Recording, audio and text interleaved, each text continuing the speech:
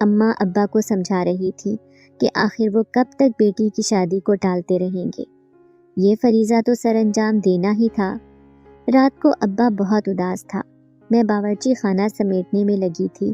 مجھے ساتھ والے کمرے سے اماں اور ابا کی آواز صاف سنائی دے رہی تھی۔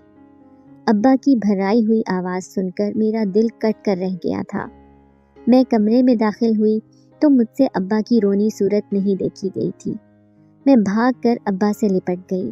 میری آنکھوں سے آنسو بہہ نکلے تھے۔ نہ دھیرانی، میں تیرا ایک بھی آنسو برداشت نہیں کر سکتا۔ ابا نے میرے آنسو پونچھے تھے۔ ابا، مجھے نہیں کرنی شادی، مجھے کہیں نہیں جانا آپ دونوں کو چھوڑ کر۔ ابا میری بات سن کر حیران ہوا تھا۔ نہ دھیرانی، ایسی بات نہیں کرتے، یہ تو ایک فریضہ ہے جو ہر ماں باپ کو چکانا ہوتا ہے۔ اگر ہم نے یہ فرض ادا نہ کیا تو ہم اللہ کے سامنے جواب دہ ہوں گے۔ میں ابا کی بات سن کر حیران تھی۔ پھر ابا تو اتنا اداس کیوں ہو رہا تھا؟ یہ اداسی تیری شادی کی وجہ سے نہیں ہے دھیرانی، بلکہ جہاں تیری شادی ہونی ہے اس وجہ سے ہے۔ اماں نے دونوں ہاتھوں سے سر پکڑ کر خود کلامی کی تھی۔ کیا مطلب؟ میں نے نہ سمجھنے والے انداز میں ابا کی طرف دیکھا تھا۔ ابا نے اپنی کہانی بیان کرنی شروع کی تھی۔ آج میرے پہ اماں اور ابا کا راز آشکار ہوا تھا۔ میں آنکھیں پھاڑے ابا کی زندگی کی حقیقی داستان سن رہی تھی۔ میں نے تیری ماں سے پسند کی شادی کی تھی اور یہ سلسلہ میری طرف سے شروع ہوا تھا۔ میرا ابا گاؤں کا چودھری تھا اور میں اس کا اکلوتا بیٹا تھا۔ میں ابا کے ساتھ گاؤں کی بڑی سی حویلی میں رہا کرتا تھا۔ تیری ماں کو میں نے پہلی دفعہ گاؤں کی نہر پر دیکھا۔ میں سفید کاٹن کا اجلا سوٹ پہن کر گاؤں میں گھوم رہا تھا کہ اچانک میرے کپڑوں پر پانی کے چھینٹے آ پڑے تھے۔ میرے سارے کپڑے داغدار ہو گئے۔ میں نے غصے میں نہر میں پتھر مارنے والے کی طرف دیکھا تو گوری سفید رنگت پر بڑی بڑی نیلی آنکھوں والی تیری ماں کو کھڑے دیکھ کر ساکت رہ گیا تھا۔ اس کی آنکھیں خوف سے بھری ہوئی تھیں، جبکہ چہرے پر پشیمانی صاف دکھائی دے رہی تھی۔ میں ایک ٹک اسے دیکھتا رہا، جبکہ مجھے اپنی جانب گھورتا پا کر وہ گھبرا کر بھاگ گئی تھی۔ مجھے تیری ماں پسند آ گئی تھی۔ کچھ ایسا تھا اس کی آنکھوں میں کہ اس دن کے بعد مجھے اس کی آنکھیں ہر جگہ دکھائی دینے لگی تھیں۔ اب میں ہر روز تیار ہو کر نہر کی جانب نکل جاتا تھا، مگر تیری ماں نے بڑا انتظار کروایا تھا۔ شاید وہ ڈر کے مارے دوبارہ نہیں آئی تھی۔ ابا مسکراتے ہوئے اماں کی طرف دیکھ کر بولا تھا۔ ایک دن میرا انتظار ختم ہوا تھا اور تیری ماں مجھے نہر پر کپڑے دھوتی دکھائی دی تھی۔ میرے بھی کپڑے دھو دو جو اس دن خراب کیے تھے۔ میں اس کے قریب جا کر بولا تو وہ ڈر کے مارے اچھل گئی تھی۔ ہاں ہاں چودھری صاحب، لا دیں، میں چمکا دوں گی، مجھے پہچان کر جلدی سے بولی تھی، جبکہ میں اس کی معصومیت پر ہنس دیا تھا۔ میں نے اسے بتایا تھا کہ مجھے اس سے پہلی نظر کی محبت ہو گئی تھی، جبکہ وہ گھبرا گئی تھی۔ وہ ہر بات میں گھبرا جایا کرتی تھی۔ یہ بہت معصوم تھی۔ اس کی اور میری محبت کی شروعات ہو چکی تھی۔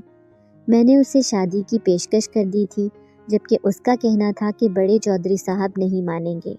ان کو منانا میرا کام تھا۔ مجھے تو بس اس کی رضامندی چاہیے تھی جو مجھے مل گئی تھی۔ میں نے گھر میں بتایا تو ایک طوفان آ گیا تھا۔ ابا کو تو بس نہیں چل رہا تھا کہ وہ مجھے جان سے مار ڈالے۔ ان کا کہنا تھا کہ وہ لڑکی نیچلی ذات سے تھی۔ اس کی ماں چوڑیاں بیچا کرتی تھی، جبکہ میں ذات پات پر اعتبار نہیں کرتا تھا۔ ذات پات صرف پیسے کی مرہون منت ہوتی ہے۔ یہ سب امیر اونچی ذات کے ہی کیوں ہوتے ہیں؟ ہمارے ہاں رشتے ذات برادری میں ہی کیے جاتے تھے اور اپنوں میں رشتے کرنے کو بہت اہمیت دی جاتی تھی۔ بچوں کے رشتے بچپن میں ہی طے کر دیے جاتے تھے۔ میرا رشتہ میری پھپھی کی لڑکی سے ساتھ والے گاؤں میں طے تھا۔ وہ مجھ سے 6 سال بڑی تھی۔ میرا اس کے ساتھ رشتہ کئی سالوں سے طے تھا، مگر میں اپنی محبت اور ضد پر ڈٹ گیا تھا۔ میں تیری ماں سے وعدہ کر چکا تھا اور کسی صورت وعدہ خلافی نہیں کرنا چاہتا تھا۔ ابا نے مجھے گھر سے نکال دینے کی دھمکی دی تو میں خود ہی گھر سے نکل گیا تھا اور تیری ماں کے ابا سے اس کا ہاتھ مانگ لیا تھا۔ وہ غریب سا انسان ایک چودھری کے بیٹے کو کیسے نہ کر سکتا تھا؟ میں نے تیری ماں سے نکاح کر لیا تھا۔ میں اس کو لے کر حویلی آ گیا۔ ابا نے مجھے حویلی میں داخل نہ ہونے دیا تھا۔ میں تیری ماں کو شہر بھی لے جا سکتا تھا، مگر میں پہلے ابا کو منانا چاہتا تھا تاکہ میرے دل میں کوئی پچھتاوا نہ رہے کہ میں نے ابا کو منانے کی کوشش تک نہ کی تھی۔ ابا مجھے برا بھلا کہہ رہا تھا جبکہ تیری ماں ڈر کے مارے کانپ رہی تھی۔ ابا نے کچھ دیر میں مجھے حویلی میں بلوا لیا تھا۔ اس کا مطالبہ تھا کہ میں تیری ماں کو ابھی کے ابھی طلاق دے دوں، جبکہ میں نے طلاق دینے کے لیے اس سے شادی نہیں کی تھی۔ میری پھپھی زاد جس سے میری شادی طے تھی، اس نے خودکشی کر لی تھی۔ اس کی موت کی خبر سن کر ابا سمیت میں بھی سناٹے میں رہ گیا تھا۔ مجھے بالکل امید نہیں تھی کہ وہ اتنا بڑا قدم اٹھا لے گی۔ اس نے میری شادی کے معاملے کو عزت نفس کا مسئلہ بنا لیا تھا۔ میری پھپھی کے سسرال والوں نے ابا کو کٹہرے میں کھڑا کر دیا تھا۔ وہ مجھے اس لڑکی کا قاتل قرار دے رہے تھے کیونکہ اس نے میری وجہ سے خودکشی کی تھی۔ جرگہ بٹھایا گیا تھا، وہ لوگ کسی طور بخشنے کو تیار نہیں تھے۔ تیری پیدائش پر جرگے میں فیصلہ سنا دیا گیا تھا کہ یہ لڑکی پھپھی کے خاندان کو بدلے میں دے دی جائے گی۔ میں جرگے کے اس بے تکے فیصلے پر سناٹے میں رہ گیا تھا۔ میں اس پر ہرگز تیار نہیں تھا۔ ابا کا کہنا تھا اپنی بیوی کو طلاق دے اور بیٹی ان کے حوالے کر کے جان چھڑوا۔ ان کی برادری میں عزت تھی جو میری وجہ سے خراب ہو رہی تھی۔ جرگے کا فیصلہ جھٹلانا ناممکن تھا، جبکہ میں اپنی بیٹی کسی صورت ان کے حوالے کرنے کو تیار نہیں تھا۔ خون خرابے سے بچنے کے لیے میں نے ان کو یہ تجویز پیش کی تھی کہ اپنی بیٹی کے بالغ ہونے پر میں اس کی شادی اس خاندان میں کرنے کو تیار تھا۔ جرگے نے میری بات مان لی تھی، پر ابا نے مجھے گھر سے نکال دیا تھا۔ میں اور تیری ماں شہر آ گئے تھے اور دوبارہ کبھی پلٹ کر نہ گئے۔ مجھے امید تھی کہ اتنے سال گزر جانے کے بعد سب یہ فیصلہ بھول گئے ہوں گے، مگر ایسا کچھ نہ ہوا۔ مجھے حویلی کی طرف سے پیغام ملا تھا، وہ مجھے اپنی بیٹی سمیت گاؤں بلا رہے تھے۔ میں بھی تیری شادی کسی ایرے غیرے خاندان میں کرنے کے بجائے اپنے ہی خاندان میں کرنا چاہتا ہوں۔ ابا اتنا کہہ کر چپ ہو گیا تھا۔ وہ میری طرف دکھ بھری نظروں سے دیکھ رہا تھا۔ میں ابا کی داستان سن کر سناٹے میں رہ گئی تھی، اسی لیے وہ دونوں میری شادی کا سوچ کر پریشان ہو جاتے تھے۔ میں اماں اور ابا کو مزید دکھی نہیں دیکھنا چاہتی تھی۔ میں نے ابا کو دلاسا دیا تھا کہ کوئی بات نہیں ابا، آپ کو جو صحیح لگے آپ کر دیں۔ ہو سکتا ہے کہ وہ لوگ بہت اچھے ہوں اور ماضی کے اپنے دکھ کو فراموش کر چکے ہوں۔ ہمیں اچھی امید رکھنی چاہیے ابا۔ وہ میرے پر امید لہجے پر مسکرا دیا تھا۔ اس نے میرے سر پر اپنا ہاتھ رکھ دیا۔ ہم لوگ اپنا ضروری سامان باندھ کر گاؤں آ گئے تھے۔ حویلی کی شان و شوکت دیکھ کر میں حیران تھی۔ میرے دادا اونچی پگڑی پہنے شان سے کرسی پر بیٹھے تھے۔ انہوں نے صرف اپنے بیٹے پر ایک نظر ڈالی تھی، میری اور اماں کی طرف دیکھنا بھی گوارا نہیں کیا تھا۔ ابا نے ان سے کہا تھا کہ اپنی پوتی کے سر پر ایک بار ہاتھ رکھ دیں، مگر انہوں نے میری طرف سے منہ مزید پھیر لیا تھا۔ دادا نے ابا کی پھپھی کو بلوا بھیجا تھا۔ وہ بوڑھی مگر مضبوط خاتون تھی۔ ان کی آواز کی کڑکڑاہٹ اور لہجے کی سختی سے میں ڈر گئی تھی، مگر مجھے اماں اور ابا کے سامنے حوصلہ رکھنا تھا۔ ابا کی پھپھی کی تو ایک ہی بیٹی تھی جو مر چکی تھی۔ ابا کی پھپھی نے اپنی چھوٹی بہن کے بیٹے سے میرا رشتہ ابا سے مانگ لیا تھا۔ حویلی میں میری رخصتی کی تیاری شروع ہو چکی تھی۔ کہیں سے نہیں لگ رہا تھا کہ میری شادی ہو رہی ہے۔ انہوں نے کسی بھی قسم کا کوئی بھی سامان لینے سے منع کر دیا تھا۔ جس جوڑے میں مجھے رخصت ہونا تھا وہ بھی انہی کی طرف سے تھا، اور وہ میرے لیے سفید رنگ کا ایک سادہ سا شلوار قمیض لے کر آئے تھے، جس کے ساتھ نہ تو کوئی جیولری تھی اور نہ ہی سرخی پاؤڈر۔ مجھے ویسے بھی ان سب چیزوں کا کوئی خاص شوق نہیں تھا۔ ابا اس بات پر خوش تھا کہ میں اس کے اپنے خاندان میں بیاہی جا رہی تھی۔ بھلے وہ لوگ جیسے بھی تھے، مگر تھے تو ابا کے ہی خاندان کے۔ میں رخصت ہو کر اپنے سسرال آ چکی تھی۔ میرے شوہر کا نام منصور تھا۔ میری ساس ایک کرخت عورت تھی جو دیکھنے میں ابا کی پھپھی جیسی ہی تھی۔ وہی کرختگی اور سختی اس کے لہجے میں بھی موجود تھی۔ روپے پیسے اور نوکر چاکر کی کوئی کمی نہیں تھی، لیکن وہ سب میرے لیے نہیں تھا۔ میری ساس نے پہلے دن ہی مجھ پر واضح کر دیا تھا کہ میں اس گھر میں رانی نہیں بلکہ نوکرانی بن کر آئی تھی۔ میری شادی کو لگ بھگ ایک ہفتہ ہو گیا تھا، میں نے ابھی تک اپنے شوہر کی شکل تک نہیں دیکھی تھی۔ میری ساس پہلے ہی دن مجھے بازو سے پکڑ کر ایک چھوٹے سے کمرے میں چھوڑ گئی تھی جس میں ادھر ادھر سامان بکھرا پڑا تھا۔ وہ مجھے کوئی سٹور روم لگ رہا تھا۔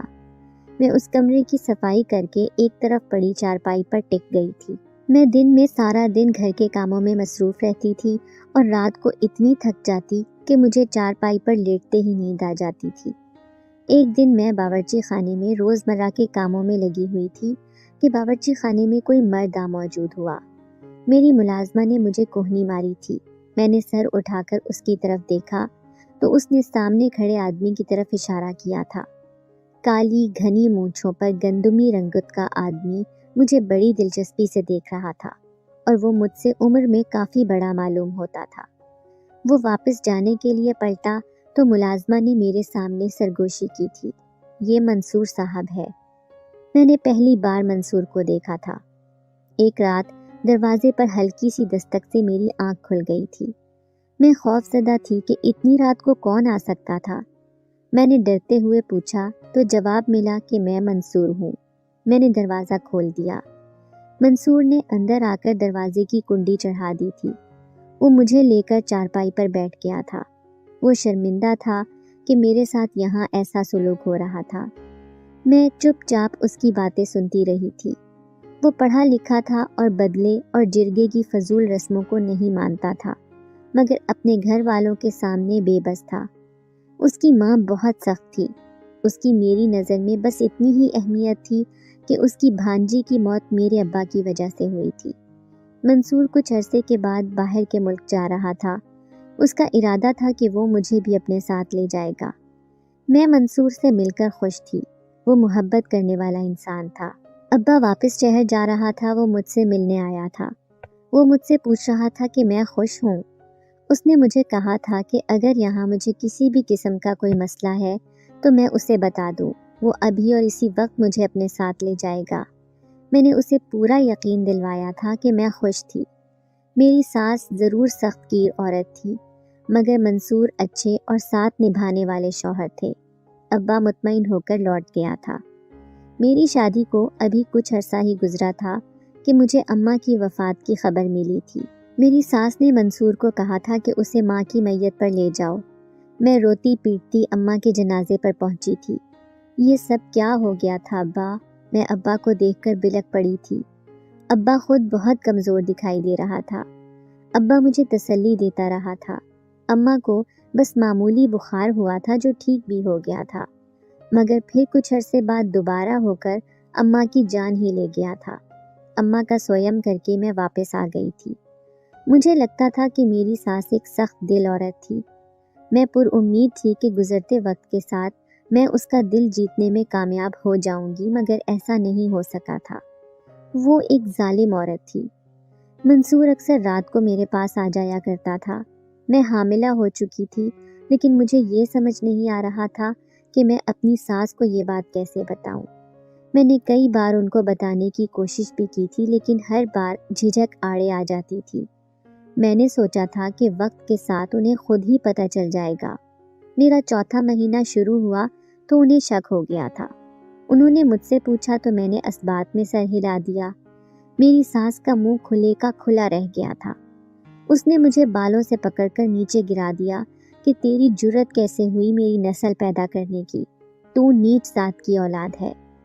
میں نے پہلی بار اس کو جواب دیا تھا کہ میرا باپ اونچی ذات سے تھا۔ اس نے مجھے مارنا شروع کر دیا۔ اس نے میرے پیٹ میں اس زور کی لات ماری کہ میں درد سے تڑپ اٹھی تھی۔ منصور باہر سے آیا تو اس نے زبردستی اپنی ماں کو پکڑا۔ وہ مجھے فوراً ہسپتال لے گیا تھا۔ میرا بچہ ضائع ہو گیا تھا۔ میں اشک بار تھی۔ میرا بچہ میرے پاس آنے سے پہلے ہی جا چکا تھا۔ میں نے منصور کو جھنجھوڑ ڈالا تھا کہ تم کیسے مرد ہو جو اپنی بیوی کو اپنا نام اور اس کا مقام تک نہ دے سکے تھے۔ منصور خود رنجیدہ تھا۔ وہ میری دلجوئی کرتا رہا۔ مجھے ہسپتال سے چھٹی ملی تو میں ابا کی طرف چلی آئی۔ ابا بیمار تھا اور پہلے سے بھی کمزور ہو گیا تھا۔ میں ابا کی حالت دیکھ کر رنجیدہ ہو گئی تھی۔ ابا، تو نے مجھے کیوں نہ بتایا تھا اپنی بیماری کا؟ میں شکوہ کو نہ تھی۔ بس دھیرانی، تیری ماں کے بغیر دل نہیں لگتا۔ ابا دھیما سا مسکرا دیا تھا۔ ابا کی حالت دیکھ کر میں کچھ نہ کہہ سکی تھی، بس یہی بتایا تھا کہ میں پھسل کر گر گئی تھی، اس لیے بچہ ضائع ہو گیا تھا۔ میری طبیعت کچھ سنبھلی تو میں ابا کی خدمت میں جٹ گئی۔ ابا کی حالت بگڑتی گئی تھی۔ منصور مجھے 1-2 بار لینے آیا تھا، مگر میں نے جانے سے انکار کر دیا تھا۔ ابا مجھے کہتا رہتا تھا کہ تو اپنے گھر جا، میری فکر مت کر، مگر میں ابا کو چھوڑ کر کہیں نہیں جا سکتی تھی۔ منصور اکثر مجھ سے ملنے آ جاتا تھا۔ وہ ابا کو ہسپتال لے جانے میں میری مدد کرتا تھا۔ ابا کی حالت زیادہ بگڑی تو منصور کی مدد سے میں نے اسے ہسپتال میں داخل کروا دیا تھا۔ ابا چند دن ہسپتال میں رہ کر مجھے روتا بلکتا چھوڑ کر اماں کے پاس چلا گیا تھا۔ ابا کے بعد میں چند دن ابا کے گھر میں ہی رہی تھی۔ منصور نے ان دنوں میرا کافی خیال رکھا تھا۔ وہ ایک سمجھدار اور خیال رکھنے والا انسان تھا۔ ابا کے گزرنے کے بعد میں منصور کے ساتھ چلی آئی تھی۔ منصور مجھے اپنے کمرے میں لے گیا تھا۔ اس نے اپنی ماں سے کہہ دیا تھا کہ میری بیوی آج سے میرے ساتھ رہے گی۔ منصور کی ماں چپ چاپ اسے دیکھتی رہی تھی۔ منصور میرا خیال تو رکھتا تھا، مگر اپنی ماں کے سامنے وہ مجھ سے کم ہی مخاطب ہوتا تھا۔ اس کا کہنا تھا کہ اس کی ماں نے اسے ماں اور باپ دونوں بن کر پالا تھا۔ وہ نہیں چاہتا تھا کہ اپنی ماں کی کسی بات کی خلاف ورزی کرے۔ منصور کی ماں کے رویے میں کوئی فرق نہیں آیا تھا۔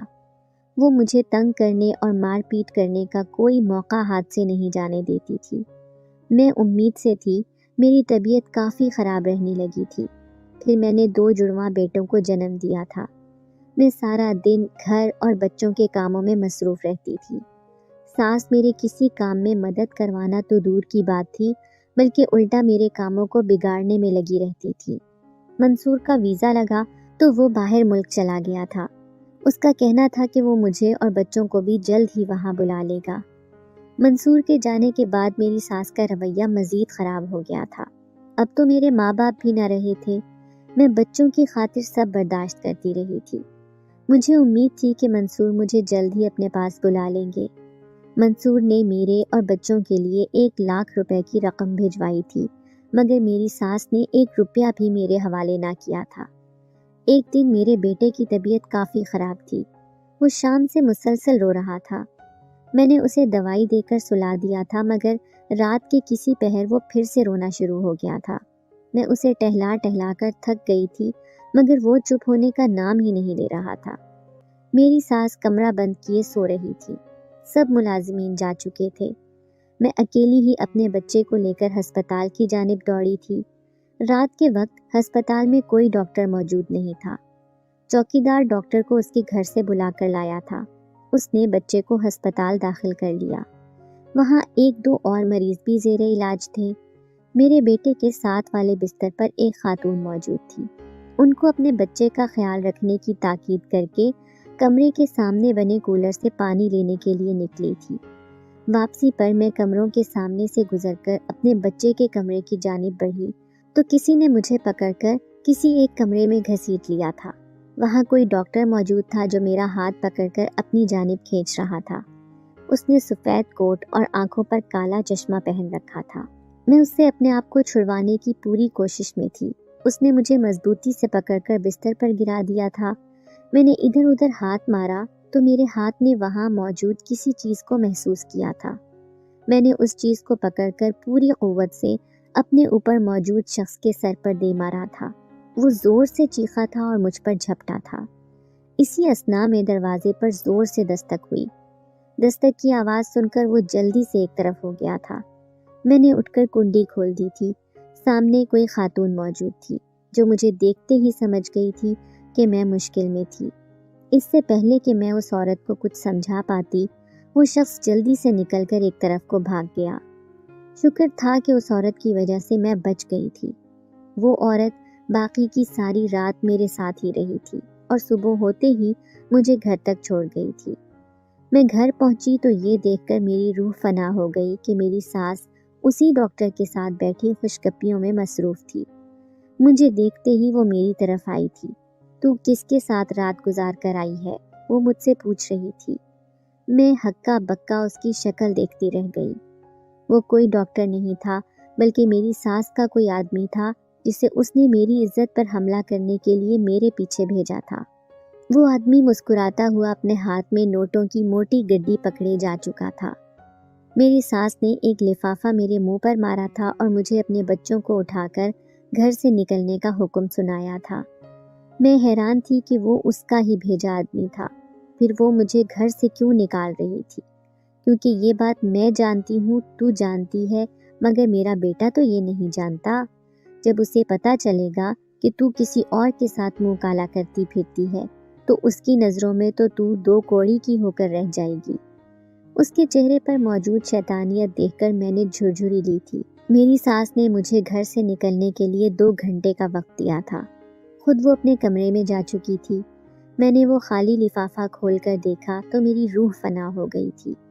اس میں میری اور اس ڈاکٹر کی تصویریں تھیں جس میں وہ میری عزت پر حملہ کر رہا تھا، مگر تصویروں کو دیکھ کر یہ اندازہ نہیں ہوتا تھا کہ وہ میرے ساتھ زبردستی کرنے کی کوشش کر رہا تھا۔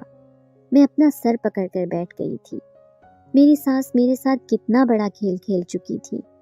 اس کے پاس مجھے مجرم ثابت کرنے کے لیے ثبوت بھی موجود تھا، جبکہ میرے پاس اپنی بے گناہی ثابت کرنے کے لیے نہ تو کوئی ثبوت تھا اور نہ ہی کوئی گواہ۔ میں اپنے دونوں بچوں کو لے کر حویلی سے نکل آئی تھی، کیونکہ میری ساس کے ارادے خطرناک تھے۔ اگر میں خود نہ نکلتی تو مجھے پوری امید تھی کہ وہ مجھے دھکے مار کر نکال دیتی۔ منصور سے رابطہ کرنے کا کوئی ذریعہ میرے پاس نہیں تھا۔ میں اپنے دادا کی حویلی جانا نہیں چاہتی تھی، کیونکہ میں جانتی تھی کہ وہ کبھی بھی مجھے قبول نہیں کریں گے، مگر میرے پاس اور کوئی ٹھکانہ بھی نہیں تھا۔ میں اپنے دادا کے گاؤں آ گئی تھی۔ مجھے رستے میں وہی خاتون دکھائی دی تھی جو مجھے میری ساس کے گھر تک چھوڑ کر گئی تھی۔ وہ مجھے اپنے گھر لے گئی تھی۔ میں نے اسے اپنی تمام کہانی کہہ سنائی تھی۔ اماں کی موت کی خبر سن کر وہ اشک بار تھی۔ وہ خاتون اماں کی سگی بہن اور میری خالہ تھی۔ سلمہ نے ہم سے کبھی کوئی رابطہ نہیں رکھا تھا۔ خالہ نے میری اماں کا نام لیا تھا۔ ہمارے ماں باپ بھی اسے یاد کرتے اس دنیا سے چلے گئے تھے۔ ایک تمہارے ابا کے ساتھ نے اسے تمام رشتے بھلا دیے تھے۔ اس بار جب وہ تمہاری شادی کرنے آئی تھی تو مل کر گئی تھی۔ اس کا کہنا تھا کہ ثقلین نے بھی اس کی خاطر تمام رشتے چھوڑے تھے، تو ثقلین کا یہ حق تھا کہ میں بھی اس کی خاطر تمام رشتے چھوڑ دوں۔ ان دونوں کی محبت نرالی تھی۔ وہ مسکراتے ہوئے اپنی بہن کو یاد کر رہی تھی۔ خالہ نے مجھے اپنے پاس ہی رکھ لیا تھا۔ انہوں نے مجھے اماں کی بچپن اور جوانی کی بہت سی باتیں بتائی تھیں۔ سلمہ تمام بہنوں میں سب سے چھوٹی تھی۔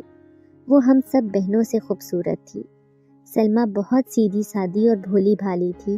ہم بہنوں میں سے کسی کو نہیں لگتا تھا کہ وہ پسند کی شادی کرے گی۔ میں نے خالہ کو اماں اور ابا کے پیار اور محبت کی باتیں بتائی تھیں۔ وہ اپنے بیٹے اور بہو کے ساتھ رہتی تھی۔ اس رات ہسپتال میں ان کی بہو کے ہاں بچہ ہوا تھا، اس لیے وہ وہاں موجود تھی۔ ان کا کہنا تھا کہ منصور کے آنے تک میں ان کے پاس ہی رہوں۔ وہ میرے بچوں کو دادی اور نانی دونوں کا پیار دے رہی تھی۔ مجھے خالہ کے ساتھ رہتے 2 سال ہو گئے تھے۔ خالہ کئی بار منصور کے گاؤں جا کر اس کا پتہ کر آئی تھی، پر حویلی کے ملازموں کے مطابق وہ ابھی تک نہیں لوٹے تھے۔ ایک دن خالہ منصور کے گاؤں ان کا پتہ کرنے گئی۔ خالہ کو واپس آنے میں کافی دیر ہو گئی تھی۔ میں پریشانی سے ان کے آنے کا انتظار کر رہی تھی۔ دروازہ کھلنے کی آواز آئی تو میں کمرے سے اٹھ کر صحن میں آ گئی تھی۔ خالہ کے ساتھ منصور کو داخل ہوتے دیکھ کر میں حیران رہ گئی تھی۔ میں خود پر قابو نہ رکھ سکی اور ان سے لپٹ کر رو دی تھی۔ وہ میرا سر سہلاتے مجھے چپ کروا رہے تھے۔ منصور مجھے لینے آئے تھے۔ بچے اپنے باپ سے مل کر بہت خوش تھے۔ میں واپس اپنے ساس کے پاس نہیں جانا چاہتی تھی، مگر منصور نے مجھے یقین دلایا تھا کہ اب کی بار کچھ غلط نہیں ہوگا۔ میں ان کے ساتھ ان کی حویلی میں آ گئی تھی۔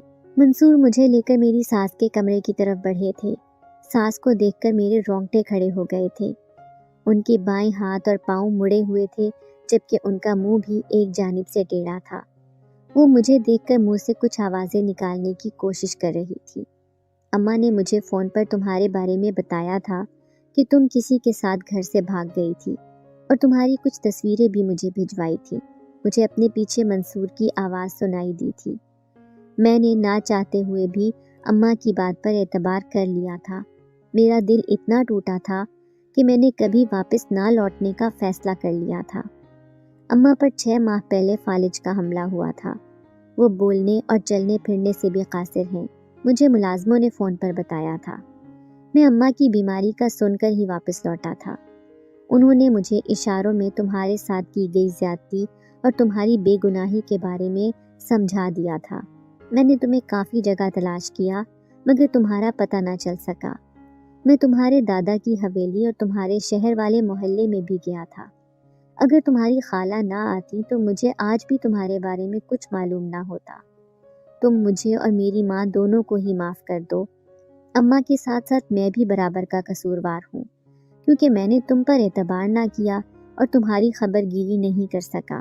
منصور نے میرے سامنے ہاتھ جوڑ دیے تھے۔ میں نے ان کے ہاتھ پکڑ کر انہیں ایسا کرنے سے منع کیا تھا۔ میری ساس اپنے کانپتے ہاتھ بمشکل اٹھا کر میرے سامنے جوڑنے کی کوشش کر رہی تھی۔ میں نے ان کے ہاتھ پکڑ کر چوم لیے تھے۔ میرے ماں باپ نے مجھے ہمیشہ محبت دے کر محبت کرنا ہی سکھایا تھا۔ ظالم ہمیشہ ظالم نہیں رہتا۔ ایک وقت آتا ہے جب ظالم خود مظلوم بن جاتا ہے اور مظلوم ظالم بن جاتا ہے، مگر مجھے ظالم بننا نہیں سکھایا گیا تھا۔ میری ساس کی آنکھوں سے آنسو بہہ نکلے تھے جو میں نے اپنے دوپٹے کے پلو سے پونچھ دیے تھے۔ میرے بیٹوں کی آج 8ویں سالگرہ تھی۔ وہ دونوں اپنی دادی کے ساتھ چپکے بیٹھے لاڈ اٹھوانے میں مگن تھے۔ فرمائشوں کی ایک لمبی فہرست تھی جو دادی کو سنائی جا رہی تھی۔ ان کی دادی بھی اپنے ذہن میں ان کی بتائی چیزیں یاد کرنے کی جدوجہد میں تھی۔ سب مہمان آ چکے تھے۔ میرے دادا بھی اپنی لاٹھی ٹیکتے موجود تھے۔ کیک کاٹنے کا وقت ہوا تو میں نے بچوں کی دادی کے ہاتھ میں چھری پکڑا دی۔ انہوں نے بسم اللہ کے ساتھ دونوں بچوں کے ساتھ مل کر کیک کاٹا تھا۔ وہ اپنی ہر سالگرہ پر اپنی دادی کے ساتھ ہی کیک کاٹتے تھے۔ تقریب کے آخر پر سب لوگ جا چکے تھے۔ منصور اور دادا چائے پینے میں لگے تھے، جبکہ بچے پھر سے اپنی دادی کے ساتھ چپکے ہوئے تھے۔ میں نے اپنی محبت اور خدمت گزاری سے سب کے دل جیت کر اپنے گھر کو امن اور محبت کا گہوارہ بنا لیا تھا۔ میں اس گھر میں اور منصور کی زندگی میں ایک مثبت امید لے کر داخل ہوئی تھی۔ زندگی اور حالات کی کسی تنگی پر نہ میں نا امید ہوئی تھی اور نہ میں نے ہمت ہاری تھی۔ یہ طاقت اور حوصلہ میرے ماں باپ کی محبت اور پیار نے مجھے عطا کیا تھا۔